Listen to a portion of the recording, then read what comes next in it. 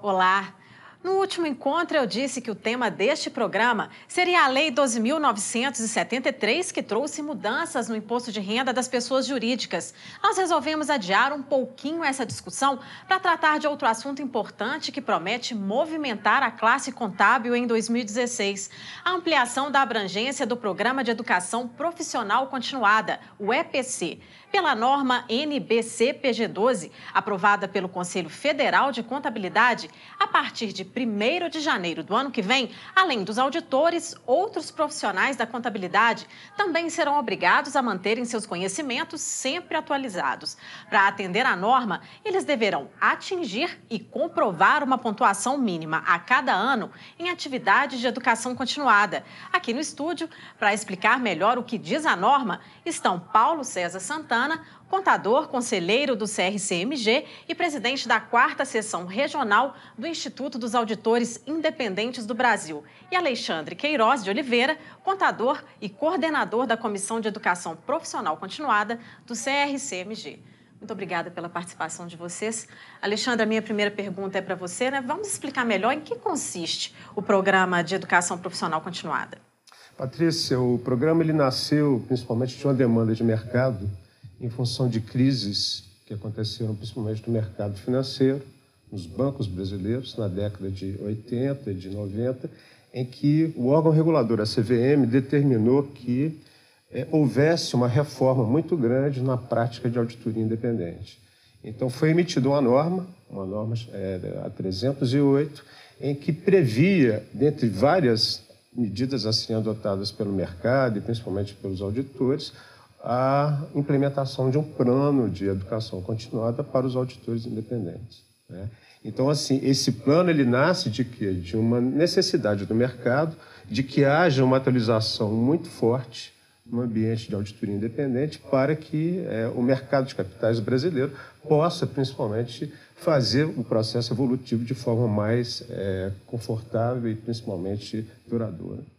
Santana, e na prática, o que isso trouxe de avanços no caso dos auditores, né, que já são obrigados a cumprir essa norma aí? Um avanço que trouxe é que, como nós atuamos numa área onde há muita mudança, porque nós estamos ligados aos fatos econômicos, então, tanto com relação a procedimentos de auditoria, normas contábeis, a processos de uma forma geral, nós tivemos que acompanhar formalmente, né, além daquele treinamento que a gente tem normalmente em campo, nós passamos a ter também esse treinamento relacionado, um treinamento mais formal, digamos assim. E como é que os auditores, na prática, né, já são mais de 10 anos aí sendo obrigados a cumprir essa norma, o que na prática eles viram de vantagem nisso? Como auditor, eu acho que, primeiro, nós temos a questão da formação dos nossos profissionais. Então, normalmente, uma firma de auditoria, ela contrata trainees. Então, nós precisamos formar esse profissional, ele vem da faculdade, então nós temos que fazer treinamento de metodologia, mesmo de contabilidade, para que ele vá crescendo dentro da carreira e venha a ser um gerente, um sócio da firma. Então, nesse processo, estão incluídos todos os profissionais, desde os trainees, os assistentes, dentro de um processo normal e um cumprimento da obrigação profissional continuada especificamente, está mais focado para sócio e diretor, que eles estão obrigados, digamos assim, dentro do contexto da empresa, de treinar os profissionais menos experientes. O que é importante salientar, Patrícia, é que o conhecimento, principalmente na área de auditoria, geralmente ele é passado de auditores mais antigos para auditores mais novos. Esse conhecimento, ele fortalece muito o quê? A necessidade de sempre passar o quê? Coisas atualizadas, padrões atualizados. O programa, ele atinge a profissão no contexto de quê? De que haja necessidade sempre de que o auditor tenha a capacidade de se atualizar e, principalmente, de poder novamente estudar. Por quê? Porque os processos, principalmente dentro do contexto do mercado financeiro, dentro do ambiente industrial, eles evoluem diariamente. E nós, principalmente no contexto de dar conforto para o mercado, nós temos uma situação clara de que sempre o conhecimento ele está o quê? No contexto de estar à frente de nós. Então, nós temos a necessidade paulatina e consistentemente de estar o quê? sempre podendo ter esse tipo de atualização. Alexandre, foi nesse sentido que a norma, que o Conselho Federal de Contabilidade resolveu abranger essa norma para que outros profissionais também se mantenham atualizados e que acompanhem essa evolução aí que você acabou de dizer? Faz parte também do processo evolutivo do próprio Conselho, que nasce principalmente na década de 50, para fortalecer a profissão, mas hoje ele já encampa outras atribuições, que é o quê? Exatamente o quê? Fazer o quê? A parte técnica, a emissão de normas, né? Mas, acima de tudo, de ter a responsabilidade do controle da educação no contexto da profissão de auditoria e, possivelmente, isso vai se estender para outras profissões contábeis, como peritos, contadores, né? Esses que têm de dar obrigatoriamente conforto de demonstrações contábeis e outros tipos de trabalho. Só para a gente deixar um pouquinho mais claro, quem, a partir do ano que vem, além dos auditores, vão ter que cumprir essa norma? Quem está abrangendo esse contexto hoje é o quê? Praticamente os auditores, né? Mas, a partir do ano que vem, aqueles que são responsáveis pela formatação das demonstrações contábeis nos clientes, né, eles vão ser obrigados também ao cumprimento do programa de educação continuada. O grande desafio nosso, principalmente no contexto do Conselho, é de primeiro, mapear esses profissionais e, acima de tudo, de divulgar essa responsabilidade que vai ser colocada para esses profissionais a partir do ano que vem. E como é que fica essa questão dos profissionais que atuam como especialistas? O que a norma diz? A norma ela prevê que os especialistas não estão encampados no contexto da educação continuada. Tá? Então, esses especialistas eles são colocados aí como o quê? Especialistas principalmente na área de tributos, principalmente na área de atuária, né? Especialistas principalmente no ambiente de informação tecnológica, especialistas que são colocados principalmente no contexto de emissão ou mensuração de valor justo. Ou seja, são especialistas que eles apoiam principalmente a prática da auditoria independente, no exercício do seu processo, né? Mas que efetivamente não estão sendo o quê? Encampados ou expostos a esse programa de educação continuada. Eu acho que a gente tem que considerar apenas um aspecto aí, porque em algumas firmas, nós temos especialistas que são contadores, principalmente na parte de tributos. Então, se ele faz parte da equipe de auditoria e ele é contador, mesmo que ele seja um especialista, por exemplo, em tributos, ele é abrangido pelo programa por ser contador. O que chama atenção, Patrícia, é que a norma ela tira o auditor ou o contador da sua zona de conforto, porque exige dele, acima de tudo, a responsabilidade de se atualizar, de buscar principalmente o que é um conhecimento que hoje está sendo pedido pela sociedade e pelo mercado de capitais no contexto da profissão. É uma norma que, efetivamente, ela pode ser até colocada de forma seletiva. Por quê? Porque aqueles profissionais que não se puserem sob a premissa de ter esse conhecimento ou de buscarem esse conhecimento, eles vão sendo, pouco a pouco, sendo retirados naturalmente do mercado. Com certeza. E isso não pode ser colocado somente no contexto da nossa profissão. Isso vai acontecer com outras profissões, analistas, isso? Todos aqueles que trabalham no mercado financeiro hoje já têm esse tipo de certificação. E é uma coisa natural que a sociedade brasileira e sociedade mundial exige, principalmente, de mercados financeiros, de mercados de capitais, que são necessários principalmente para a geração de poupança interna, para a geração de desenvolvimento econômico dos países. Então, nós que somos contadores, que atuamos efetivamente na métrica do capital, que é o dado financeiro, o dado contábil, nós temos essa responsabilidade, primeiro, de entender e, segundo, de tentar se desenvolver no contexto de pessoa, de profissional e, acima de tudo, de classe. E só para a gente encerrar esse primeiro bloco, na sua opinião, Alexandre, essa norma ela tende a ser expandida para toda a classe contábil? Não tenha dúvida disso, porque a contabilidade ela não está somente inserida no contexto da auditoria. A contabilidade ela tem outros ramos, como a perícia, como a própria contabilidade, serviços contábeis, que está também tendo eventos e, acima de tudo, situações de desenvolvimento muito forte nessas profissões que precisam também de atualização.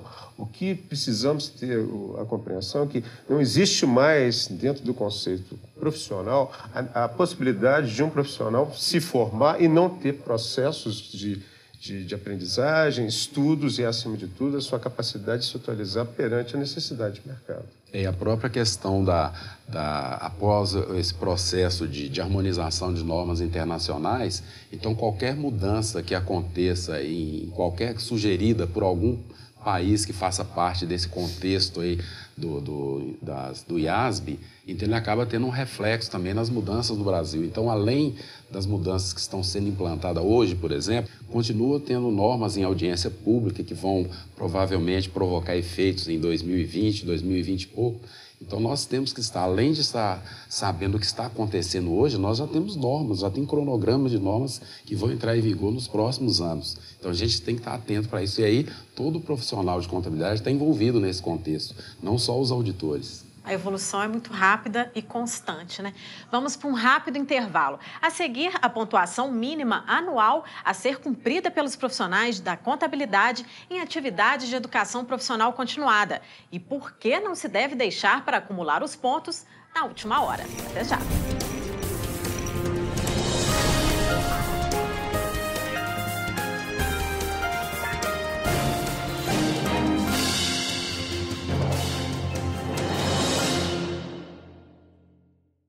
Estamos de volta, vamos continuar nossa conversa e falar sobre a pontuação mínima, que deve ser atingida anualmente pelos profissionais da contabilidade em atividades de educação continuada. Alexandre, vamos explicar melhor isso aí, né? Qual que é a pontuação mínima que deve ser atingida e quais profissionais são obrigados a cumprir essa norma? Patrícia, a pontuação mínima é 40 pontos anuais. Os profissionais que são responsáveis por obter essa pontuação são todos aqueles auditores que estão registrados no CNAI, que é o Cadastro Nacional de Auditores Independentes, exercendo ou não a auditoria independente, todos aqueles profissionais que são registrados na CVM, que exercem cargos de gestão dentro do processo de auditoria, sócios, gerentes e diretores, auditores independentes que são responsáveis por auditoria de instituições financeiras registradas no Banco Central do Brasil, o exercício de profissão de auditores independentes para empresas seguradoras, resseguradoras, previdência complementar abertas e fechadas também exigem essa pontuação, e todos os profissionais de auditoria que não estão elencados nesse contexto que eu citei anteriormente e que exercem funções de gerente, de sócio, de diretores na gestão de trabalhos de auditoria independente em qualquer empresa de auditoria.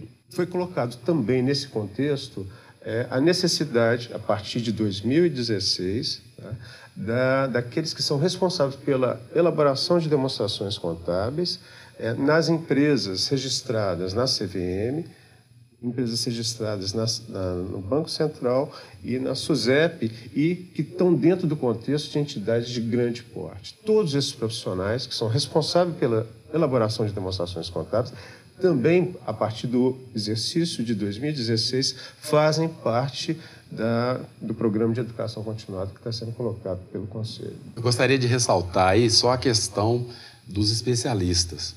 Os especialistas, eles não estão abrangidos por esse programa, a não ser aqueles especialistas que sejam contadores. Por exemplo, é muito comum nas firmas de auditoria você ter especialistas na área de impostos e que eles são contadores e fazem parte da gestão da auditoria na área específica. Então, esses estão abrangidos pelo programa. E quais são as atividades que pontuam, que valem pontos? Olha, a norma ela determina que o conhecimento ele pode ser colocado para os profissionais no contexto de cursos internos, cursos externos, cursos de pós-graduação, cursos de graduação, no contexto principalmente de docência. Você pode obter também pontuação por meio de palestras, por meio de participação em congressos nacionais, regionais, internacionais, e também no contexto de fazer produção científica por meio de livros, artigos e textos que são colocados no mercado de forma geral. Trabalhos de orientação em contexto de produção científica, também geram pontuação nesse programa de educação continuada. Ou seja, o contexto é de você tentar obter o conhecimento de várias formas e dando oportunidade para aquele que quer buscar esse conhecimento de participar na obtenção dessa situação que é colocada pelo programa de educação continuada. Além das faculdades, quem mais está apto a oferecer essas atividades? O programa de educação continuada, ele determina quem são os capacitadores natos, e eles são o Conselho, o IBRACON, algumas universidades, mas é exigido por parte do programa que se faça o registro dos cursos para se colocar a pontuação de forma clara para aqueles que postulam a obtenção do conhecimento. Além disso, você pode ter capacitadoras privadas que fazem um registro no Conselho Regional de Contabilidade e que se tornam capacitadoras como o Conselho, como o IBRACON e outras faculdades. Esses vão ser o quê? Objeto, por exemplo, de dar cursos externos e poder, inclusive, fomentar uma atividade econômica rentável para aqueles que querem participar desse programa. Agora, é importante que os profissionais, antes de participarem dessas atividades, que eles procurem se formar sobre essas capacitadoras, se elas realmente estão habilitadas, se elas estão aptas para isso, né? Isso é importante. É condição essencial que o profissional que busca pontuação nesse contexto de educação continuada para auditoria, que ele tenha certeza que aquele curso que ele está se colocando, que principalmente ele está pagando, tenha o quê? Tem o registro de a pontuação já definida, e principalmente referendada pelo Conselho Regional de Contabilidade, para evitar o quê? Transtornos de última hora e, acima de tudo, em que ele possa o quê? Ele possa ter o conhecimento, mas também ter o atributo da pontuação garantida no seu registro. Os profissionais também, de acordo com a norma, são obrigados a entregar um relatório anual que comprova a participação nessas atividades, né? Como é que isso deve ser feito? Há prazos? O processo ele termina com a formalização de toda a obtenção de créditos por aquele profissional, e essa formalização está definida na própria norma. Existem anexos que devem ser formalizados ao final e entregues ao Conselho Regional de Contabilidade até o dia 31 de janeiro de 2016, por exemplo, no ano subsequente. Tá? Então, isso é previsto em norma e é claramente o quê? É uma posição de atenção que deve ser obtida. Por quê? Porque atrasos podem proporcionar penalidades a esse profissional. Santana, no caso dos auditores, né, que já estão cumprindo essa norma aí já há um tempo, como é que tem sido a entrega desses relatórios, o cumprimento dessas atividades? Eles têm tido dificuldade? Como é que tem sido isso realmente no dia a dia dos auditores? Não é trabalhoso, por exemplo, a preparação desse relatório. Ela é bastante simples. Então, pelo menos as pessoas que eu conheço têm entregue esse relatório, mas a gente tem visto algumas situações, algumas exceções no Conselho. Mas, ultimamente, eu acredito que, em função até mesmo da divulgação do conhecimento das penalidades, as pessoas estão ficando mais atentas, porque, de fato, existem punições éticas para quem não cumpre ou não entrega o relatório no prazo definido pelo Conselho. Daqui um pouquinho a gente vai falar sobre essas penalidades. Agora, são 40 pontos, né, que devem ser cumpridos, acumulados aí ao longo do ano e comprovados. Então, é importante não deixar para a última hora, né, para participar dessas atividades e acumular, somar esses pontos, né? Até porque muitas capacitadoras, elas podem ter dificuldades de organizar cursos em determinados períodos, né? Então, se você começa a pensar final do ano, novembro, dezembro, então, às vezes as capacitadoras podem ter dificuldade de organizar cursos, ou às vezes os próprios profissionais, como é uma época de aperto de trabalho, eles podem ter mais dificuldade de participar desses treinamentos.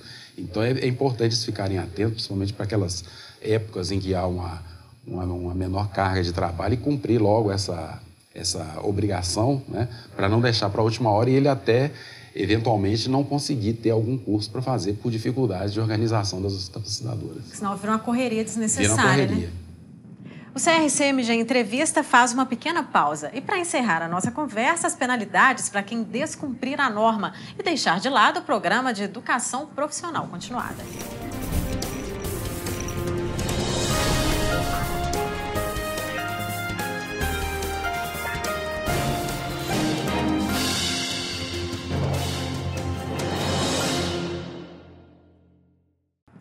neste último bloco, nossos assuntos são as penalidades para quem não cumprir o programa de educação profissional continuada e quais os impactos dessa atualização constante na carreira do profissional da contabilidade. Alexandre, quem descumprir o programa de educação profissional continuada está cometendo uma infração, né? E aí, nesse caso, quais são as penalidades previstas? As penalidades, Patrícia, elas estão inseridas no contexto das normas profissionais e do Código de Ética do Contador. No contexto bem claro, será instaurado um processo administrativo ético contra aquele profissional que não cumpriu esse programa. Além disso, o profissional ele tem uma situação que é peculiar. Ele perde o seu registro no CNAE. Então, efetivamente, você tem uma situação em que o profissional ele perde esse ativo intangível, que é o certificado, que lhe dá capacidade de atuação no mercado muito maior. O profissional que perde isso, principalmente, ele tem uma situação de limitação na sua participação no exercício da auditoria e do contexto de contadores, né? Esse é o ponto. Na prática, seria como se ele não deixasse de ser contador, mas tivesse a atuação profissional dele limitada, é isso? Com certeza. Ele passa a ter o quê? Menos capacidade de atuar em diversos mercados. Mercados do Banco Central, mercados da Comissão de Valores Imobiliários, mercados de seguradora, de previdência complementar. Ou seja, é uma situação clara de quê? De limitação e, acima de tudo, de pouca exposição para fins de auditoria no contexto do mercado financeiro e mercado de capital. E aí, no caso de reincidência, isso vai se complicando ainda mais, né? O que ocorre é que, se houver incidência, logicamente, vai haver maior rigor por parte do Conselho no contexto da sua participação como profissional no mercado, né? Nós não temos uma situação ainda de conhecimento de perda de algum registro, tá? Mas, efetivamente, seria o quê? Um suicídio profissional desse profissional que não tem participação no mercado em que exige-se a regulamentação da educação profissional continuada. E o que o Conselho Regional de Contabilidade aqui de Minas tem feito para alertar os profissionais sobre a abrangência dessa norma e também até como forma de prevenir essas penalidades que a gente acabou de falar? Olha só, esse programa já tem 13 anos aproximadamente de execução. Ou seja, ele já foi encampado e já foi absorvido pela profissão de uma forma muito, muito mais tranquila, tá? Ele começou a ser principalmente medido e auditado por meio da revisão por pares, que se tinha procedimentos de trabalho que eram efetivamente voltados para a educação e pelo cumprimento daqueles profissionais na educação continuada. Hoje, efetivamente, nós temos o quê? Nós estamos fazendo visitas, principalmente nas capacitadoras, para confirmar a execução dos cursos e, acima de tudo, todos os preceitos definidos na norma por parte daqueles que se colocam para atendê-la. Estamos tendo um nível de informação externa também que está sendo colocado por meio de sites oficiais, né? Acima de tudo, do newsletters que são colocados no site do Conselho, no portal do Conselho Regional de Contabilidade. Enviados para todos os contadores. Para todos os contadores. E nossa preocupação também está sendo muito no contexto de informar aqueles profissionais que ficam fora do contexto do Conselho, que estão dentro das empresas, por meio de visitas que estão sendo colocadas, para explicar o programa de educação continuada e, acima de tudo, para que haja conscientização por parte desses no quesito de cumprimento e, acima de tudo, de planejamento desses profissionais para cumprimento e entrega dos formulários necessários para comprovação. E eu acho que a gente tem que ressaltar também, Patrícia, que a principal virtude de um bom profissional na nossa área, profissional da contabilidade, é estar bem informado. Ele precisa saber o que está acontecendo na área tributária, na área relacionada a contribuições sociais, por exemplo, a área de pessoal, folha de pagamento. Isso é uma virtude que o profissional precisa ter. Então, é a questão da gente perguntar por que ele não deve estar atualizado com relação às normas da profissão. Então, ele tem que estar a par do que está acontecendo com relação às resoluções do CFC, principalmente ligadas à questão profissional dele.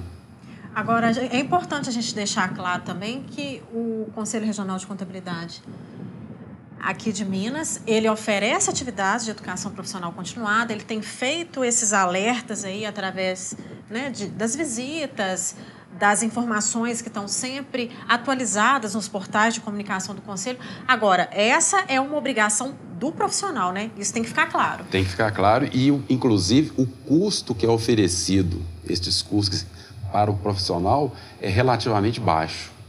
Então, quer dizer, nem uma questão de custo, né? Existem vários cursos no mercado, fora dos custos que são oferecidos por Conselho, mas, além disso, os custos do Conselho são um custo muito baixo. Vale a pena, né, Alexandre, investir, né? Vale a pena e nós precisamos ter a consciência de que a sociedade e, acima de tudo, o mercado brasileiro está passando por modificações muito fortes. Nós temos exemplos de empresas brasileiras que recentemente tiveram problemas regulatórios e que, de forma efetiva, a atuação dos auditores tem sido colocada em julgamento por parte da sociedade. Então, é importante que todos os profissionais que interagem nesse contexto de mercado e que querem prestar esse serviço, que eles tenham dimensão e consciência de que é inadmissível hoje você não ter o conhecimento necessário para fazer um processo de auditagem com qualidade. Então, passa também por uma reflexão interna das empresas de auditoria e dos seus profissionais para que haja o quê? Que haja, acima de tudo, uma situação de uniformização do conhecimento que existe no mercado vis-à-vis aquilo que tem nas firmas de auditoria. Na opinião de vocês, além de se tornar mais capaz de acompanhar toda essa evolução do mercado, desse cenário político-econômico que a gente está vivendo, o programa de educação continuada também ele pode ser considerado uma segurança, tanto para os profissionais da classe, como para os clientes também, para o cidadão comum que contrata os serviços de um profissional da área? Eu acredito que, tomando conhecimento da existência desse programa, os próprios clientes eles podem começar a acompanhar as empresas de auditoria que eles estão contratando, ou se essas empresas têm os seus profissionais obrigados a cumprir, ela pode também estar acompanhando o que está acontecendo com os seus profissionais como uma forma, digamos, de uma garantia ou de um selo de segurança para saber, não, de fato, esses profissionais que eu estou contratando, essa firma que eu estou contratando, os profissionais têm cumprido o programa, então eu parto do princípio que eles estão atualizados. O que chama a atenção é que o conhecimento na auditoria, ele vem de século. Ele, acima de tudo, ele sempre foi muito formatado no conhecimento que é obtido pelos mais experientes, que são repassados para aqueles menos experientes, mas, acima de tudo, pelo conhecimento que é obtido por meio dos clientes. O que nós precisamos entender é que esse conhecimento ele precisa ser reformado, ele precisa ser sempre questionado no contexto de que haja iniciativa por parte das firmas de auditoria em incentivar treinamentos internos, mas, acima de tudo, que haja uma possibilidade clara de que aquele profissional ele não pode ficar estagnado no contexto de um mercado que está em processo evolutivo muito forte. Então, é incompatível para a categoria, para a profissão, ter pessoas que acham que o conhecimento já obtido é o suficiente para poder sobreviver e, acima de tudo, de dar resposta à sociedade. Então, se você participa de um programa de treinamento, você vai conhecer profissionais ou do seu nível, ou até de outros níveis, de outras firmas, e com os quais você vai poder trocar informações e, numa hora até de dificuldade durante o seu trabalho, você tem pessoas para ligar, para trocar ideias, né? Então, eu vejo por esse outro lado. Eu trabalho numa determinada empresa, digamos hoje os novos profissionais que estão sendo envolvidos. Eu trabalho numa determinada atividade como um preparador. Eu vou conhecer profissionais de outras empresas que têm outro tipo de experiência e que, em um determinado momento, eu posso entrar em contato com eles para trocar ideias. Eu vejo dessa forma também. Muito obrigada pela participação de vocês e pelas informações que vocês trouxeram aqui para a gente. O CRCMG Entrevista fica por aqui. Obrigada pela sua companhia. Continue ligado na TV CRCMG. Tchau.